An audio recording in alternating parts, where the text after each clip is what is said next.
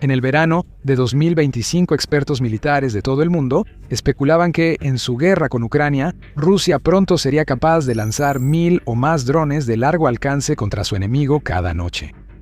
El general de división Christian Freuding, jefe del personal de planificación y mando del Ministerio de Defensa alemán, el mayor Robert Brovdi, comandante de las fuerzas de sistemas no tripulados de Ucrania, y el Instituto para el Estudio de la Guerra, todos especularon que Rusia podría alcanzar esta cantidad para noviembre. Pero la amenaza nunca se materializó. En cambio, ocurrió lo contrario. No fue Rusia la que aumentó drásticamente el número de ataques nocturnos de largo alcance, sino Ucrania, y puede que se avecine un ajuste de cuentas para el asediado presidente ruso Vladimir Putin. El ataque a gran escala de Ucrania contra Moscú y otras 13 regiones el 16 y 17 de mayo fue uno de los más grandes y significativos contra la capital rusa.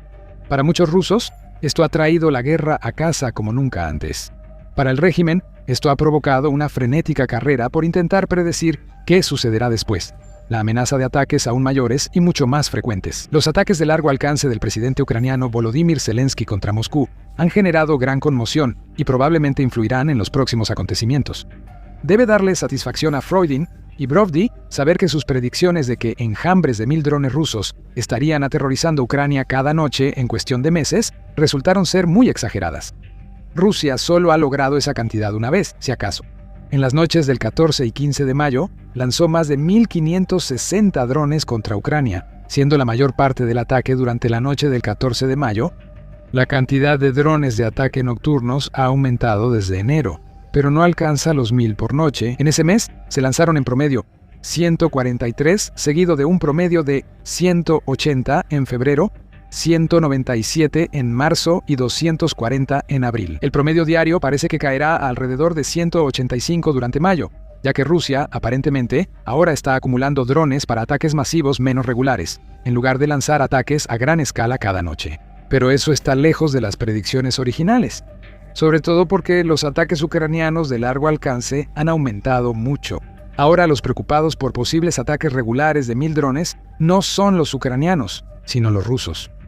Ese número aún podría estar lejos, pero es indiscutible que la brecha entre la cantidad de drones ucranianos lanzados contra Rusia y viceversa se está reduciendo rápidamente. Durante 2025, los ataques de largo alcance ucranianos aumentaron 5 veces. Para marzo, no solo igualaron el promedio diario de ataques rusos, sino que los superaron, promediando más de 230 por día. La cantidad de drones lanzados es importante. Aunque sean derribados, consumen misiles de defensa aérea valiosos y limitados. Rusia, como Ucrania, asegura derribar más del 90% de los drones entrantes. A diferencia de Ucrania, Rusia aún usa misiles antiaéreos para derribar drones ucranianos de largo alcance. Como veremos más adelante, no crecen en los árboles. Pero más importante que la cantidad de drones derribados es la variedad de objetivos que pueden alcanzar y la cantidad que logra atravesar y golpear sus objetivos con éxito. En ambos aspectos, la efectividad de los ataques de Ucrania también está aumentando de manera impresionante. En particular, los drones ucranianos ahora están causando daños regularmente en Moscú. Ahora, no es nada raro en este planeta que la riqueza y el poder de una nación se concentren en su capital y sus alrededores, pero Moscú y Rusia son un caso especial. Como explica Elvira Baji, autora y analista nacida en Rusia y radicada en Estados Unidos, en un ensayo reciente, Moscú es literalmente el corazón político y emocional de Rusia. Durante años, las regiones fronterizas han estado más cerca de la guerra. Belgorod, Kursk, Briansk y otras han presenciado explosiones, incendios, evacuaciones y cómo el frente se acerca psicológicamente. Ella escribe que para la gente de ahí, la guerra nunca fue abstracta. En Rusia, las regiones no tienen voz ni voto sobre cómo se gobierna el país, añade él. Todo el poder se concentra en Moscú. En estos sistemas, el sufrimiento periférico es solo ruido de fondo. Cuando los drones entran al espacio aéreo de Moscú, el equilibrio emocional cambia, ya que Moscú debía ser el lugar seguro. Como demuestra claramente el ataque a gran escala de Ucrania contra Moscú a principios de mes, ese refugio ya no es seguro, y eso lo cambia todo para los moscovitas, los rusos en otras regiones y el liderazgo. La prueba de que los ataques de Ucrania a Moscú cambiaron el statu quo en Rusia es el anuncio reciente de la Organización Pública Interregional de Pilotos y Propietarios de Aeronaves de Rusia, AOPA. Según este anuncio, en solo unos días a principios de junio, todos los vuelos de aeronaves civiles a altitudes por debajo de 16.732 pies estarán completamente prohibidos en la zona aérea de Moscú, o FIR, la zona de exclusión aérea, también se extiende hasta la frontera estatal con Bielorrusia, la FIR de San Petersburgo al oeste, la FIR de San Petersburgo al norte, la FIR de Ekaterimburgo al noreste, la FIR de Samara al este y sureste, y hasta el régimen temporal establecido en el sur de la Federación Rusa.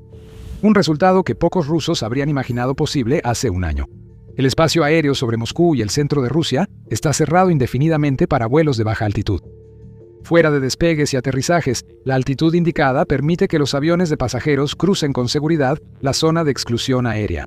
Los aviones de pasajeros civiles normalmente vuelan a altitudes entre 30.000 y 42.000 pies, debido a la mayor eficiencia de combustible, la evasión de mal clima y el margen extra de seguridad que permite esta altitud. La zona de exclusión aérea no busca limitar estos aviones. Se hacen excepciones a la regla de no volar para vuelos regulares y charter de pasajeros hacia y desde aeropuertos.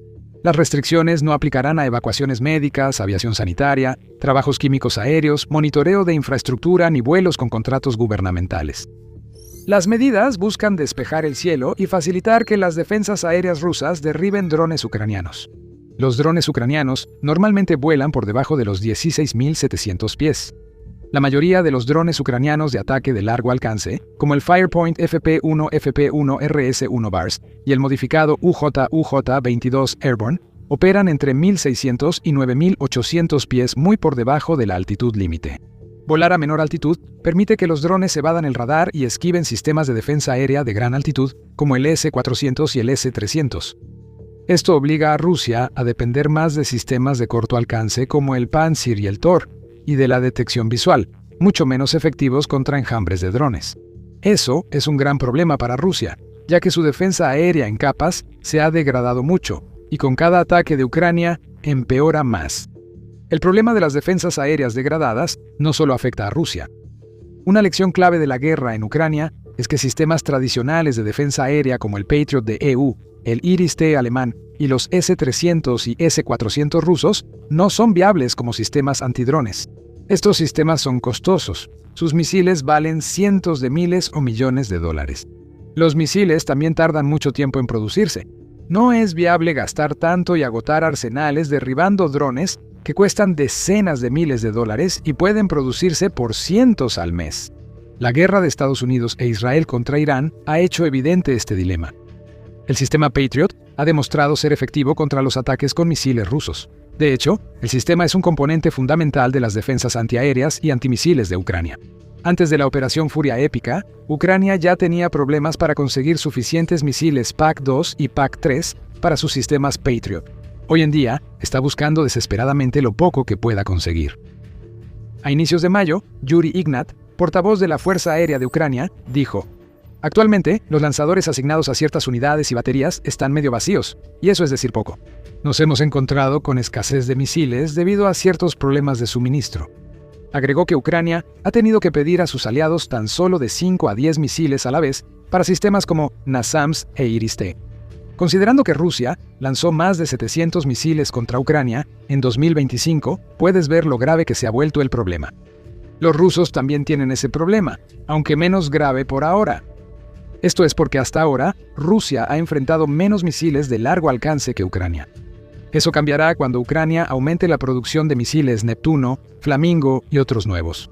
Pero en este sentido, Rusia la ha tenido relativamente fácil y ha podido disparar misiles S-300 y S-400 a drones ucranianos si así lo deseaba como resultado. Pero, con costos de $300,000 a $4 millones cada uno, es igual de insostenible usarlos contra drones mucho más baratos, ya sea para Ucrania, Estados Unidos o cualquier otro. Ucrania ha desarrollado una variedad de sistemas antidrones nacionales y es incubadora de muchos sistemas creados en países socios como Estados Unidos, Alemania, Reino Unido y Suecia. Casi no pasa una semana sin que se presente algún nuevo sistema móvil de fuego, sistema de intercepción de drones, sistema de energía dirigida u otra innovación. Rusia tardó en implementar estos sistemas alternativos y ahora lo paga caro por el aumento de ataques ucranianos. Aunque sus defensas aéreas aún derriban la mayoría de los drones ucranianos, el aumento de estos aparatos provoca un desgaste creciente en sus defensas y más drones logran atravesarlas y destruir infraestructura crítica. ¿Te gusta este análisis de las noticias de Ucrania? En The Military Show damos actualizaciones y análisis diarios de las historias militares y geopolíticas más importantes. Suscríbete al canal si quieres saber no solo qué pasó, sino por qué es importante. Los analistas ucranianos Ovos y Resistencia Informativa analizaron las defensas aéreas de Rusia e identificaron 4 razones principales por las que Ucrania puede penetrar cada vez más con éxito las defensas aéreas de Moscú. Destacan que no hay suficientes defensas instaladas, aunque poseen unas de las defensas aéreas más completas del mundo.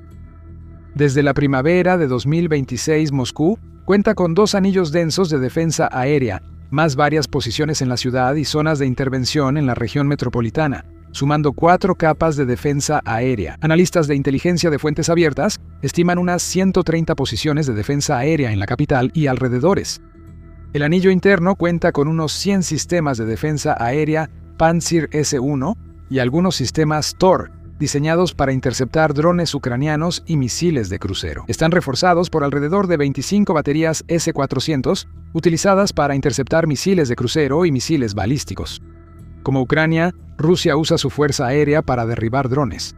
Ucrania utiliza los cañones y misiles de sus F-16 y Mirage 2000, así como de los helicópteros Mi-8, 17 y Mi-24, 35. Rusia hace lo mismo con sus aviones de combate, Su-35, Su-30SM y MiG-31, así como con los helicópteros Ka-52 y Mi-28. También empezó a producir en masa drones interceptores Yolka con IA lanzados a mano y nuevos sistemas antidrones supuestamente de alta tecnología como SAC-30 Citadel Suba y Titan. A pesar de todo, cerca del 10% de los drones ucranianos lanzados entre el 16 y 17 de mayo lograron pasar. Según el medio ucraniano Ovos Rivertal, pese a que se formaron 4 anillos de defensa aérea escalonada alrededor de Moscú, ya que la densidad de contramedidas era la más alta de Rusia, no lograron interceptar todos los objetivos. Había suficientes brechas y vulnerabilidades en la defensa para atravesar los anillos creados. La razón de esto probablemente se deba en parte al segundo factor identificado por los equipos ucranianos de OSINT. Se están quedando sin municiones. A finales de abril, el jefe del ejército ucraniano, Oleksandr Syrskyi, afirmó que los ataques constantes a instalaciones rusas debilitan más la defensa aérea enemiga, que ya enfrenta escasez de misiles contra sistemas no tripulados y ataques ucranianos. Como se mencionó, el principal sistema de defensa urbano de Rusia es el Pantsir. En febrero, Ucrania afirmó haber destruido la mitad de los Pantsir clave rusos, y los blogueros militares rusos parecen confirmar esas bajas. A inicios de abril, la destacada organización de blogueros militares rusa Rybar escribió: «Fabricar decenas de miles de misiles Pantsir de la nada es físicamente imposible, lo que indica escasez». El canal agregó que las fuerzas rusas de misiles antiaéreos estaban siendo llevadas al límite y gastando municiones a un ritmo acelerado. Rybar propuso que Rusia implemente una estrategia antidrones similar a la de Ucrania, destacando grupos de fuego móviles y equipos de interceptación de drones. La llegada del Yolka y otros sistemas indica que parte del complejo militar industrial ruso piensa igual. ¿Pero será demasiado poco y demasiado tarde? El tercer factor identificado es lo que Vos Robartel llama atraso tecnológico. Algunos sistemas de defensa aérea rusos, como el Pantsir, presentan fallas en control de fuego, guiado, radares, detección, seguimiento y destrucción de objetivos.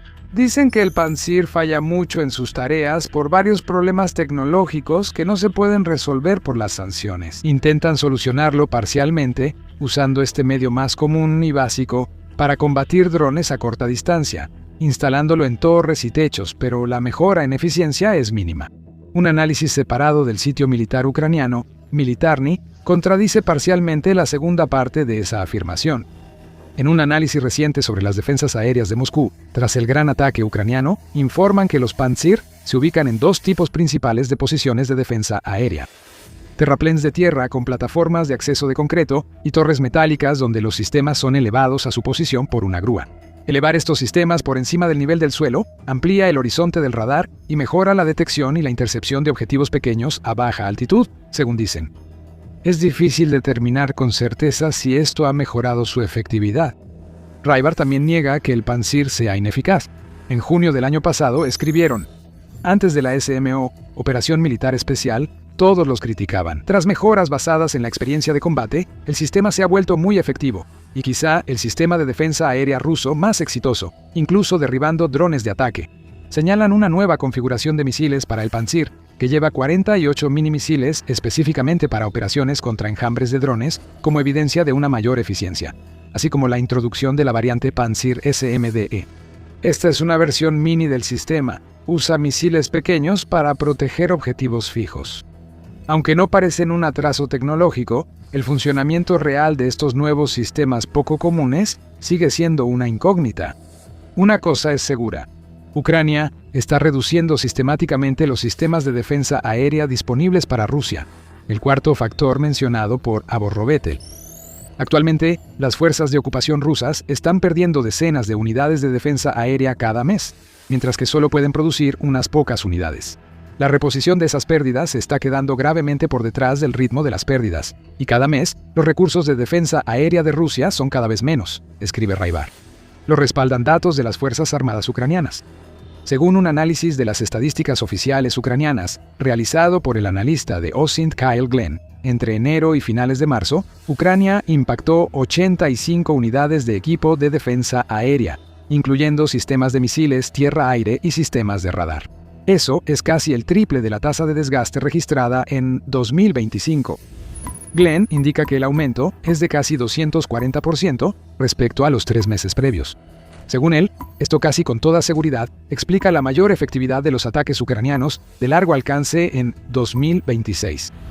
Mientras tanto, el Instituto de Kiel estimó que, a principios de 2025, Rusia producía 4 sistemas de defensa aérea de alcance medio y largo y 14 sistemas de defensa aérea de corto alcance por mes. Rusia incrementó la producción de componentes del S-400 ese año, pero sus defensas aéreas avanzadas están siendo destruidas más rápido de lo que pueden reponerlas. Si juntas todo, puedes ver exactamente por qué, en términos prácticos, los rusos están empezando a entrar en pánico ante la posibilidad de que 1000 drones ucranianos aterroricen Moscú a diario. Pero también hay un aspecto psicológico y probablemente será más devastador a largo plazo. Boogie afirma que los ataques a Moscú han roto la confianza de los rusos en la capacidad de Putin para protegerlos. Ella dice que en Moscú hay quienes fomentan la guerra. Quizá no se opongan a la guerra, pero pueden entrar en pánico y pedir explicaciones. Pueden preguntar por qué falló la defensa aérea, hubo interrupciones en los aeropuertos, el Estado no advirtió y los funcionarios decían que todo estaba bajo control cuando todos vieron los videos. Para un sistema autoritario, eso importa más que el sufrimiento de la gente común que está lejos. Boogie escribe que el Kremlin no puede ignorar la ansiedad en torno a su propio aparato de poder. Boogie afirma que los ataques han destruido la ilusión, creada por la propaganda rusa, de que Rusia está ganando. Mientras la guerra estaba lejos, esto funcionó, escribe ella. Pero los ataques con drones en Moscú generan una fuerte contradicción. Si Rusia gana, ¿por qué atacan Moscú? Si Ucrania es un estado fallido, ¿cómo llega a la capital de una potencia nuclear? Si el ejército avanza todos los días, ¿por qué las instalaciones petroleras, los aeródromos, las fábricas y los aeropuertos dentro de Rusia se están convirtiendo en objetivos? Ella dice que los drones ucranianos ataquen Moscú no solo son una vergüenza militar. Ataca el mito desde su base. Hace que los rusos comunes cuestionen lo que les dicen a las autoridades y, lo más importante, la posición e imagen previamente intocables de Putin mismo. Como dice Boogie, los ataques a Moscú que rompen la ilusión de seguridad podrían, a largo plazo, provocar la caída del régimen de Putin y forzar a Rusia a tomar medidas aún más peligrosas. Es psicología básica, la gente asustada quiere más protección, y mientras más asustados están, más irracional se vuelve lo que perciben como protección. Como señala Boogie, en Rusia, el impacto del recrudecimiento de los ataques ucranianos al corazón del país no está generando llamados a negociar el fin de la guerra. Todo lo contrario, el ánimo en Moscú, y de hecho en todo el país, parece haberse endurecido significativamente, tanto entre la población como entre las élites. El riesgo de que esto escale a una confrontación nuclear está aumentando. Radicales como el experto Sergei Karaganov llevan tiempo pidiendo que Rusia recupere su disuasión lanzando armas nucleares tácticas sobre Ucrania. Si eso causaría una guerra nuclear total con la OTAN o restauraría la disuasión es debatible. No se discute que últimamente ha pedido ataques contra países europeos que fabrican drones para Ucrania. Primero, dice que deberían ser atacados con armas convencionales. Si eso no los hace entrar en razón, entonces deberían ser atacados con armas nucleares. Karaganov no es solo un académico. Ha asesorado a presidentes soviéticos y rusos desde los años 80 y es una de las personas más poderosas fuera del círculo cercano de Putin. Se distanció del círculo cercano de Putin precisamente por su postura más dura en comparación con la de Putin. Hace 2 años, la mayoría de las élites rusas respaldaban el enfoque gradual de Putin. Ahora, él asegura que su visión predomina. Según medios rusos y redes sociales, como prevé Bagui, la población muestra un ánimo similar. Lo que se pide es golpearlos con más fuerza y darles una lección, no capitular. Y Putin parece haber respondido de la misma manera. Después del ataque ucraniano de la semana pasada en Starovelsk, oblast de Luhansk ocupado por Rusia, que según los rusos impactó intencionalmente un dormitorio universitario, murieron 21 estudiantes y decenas resultaron heridos. Rusia lanzó posiblemente el mayor ataque contra Kiev y otras regiones desde el inicio de la guerra. Reportes indican que casi toda la ciudad fue impactada.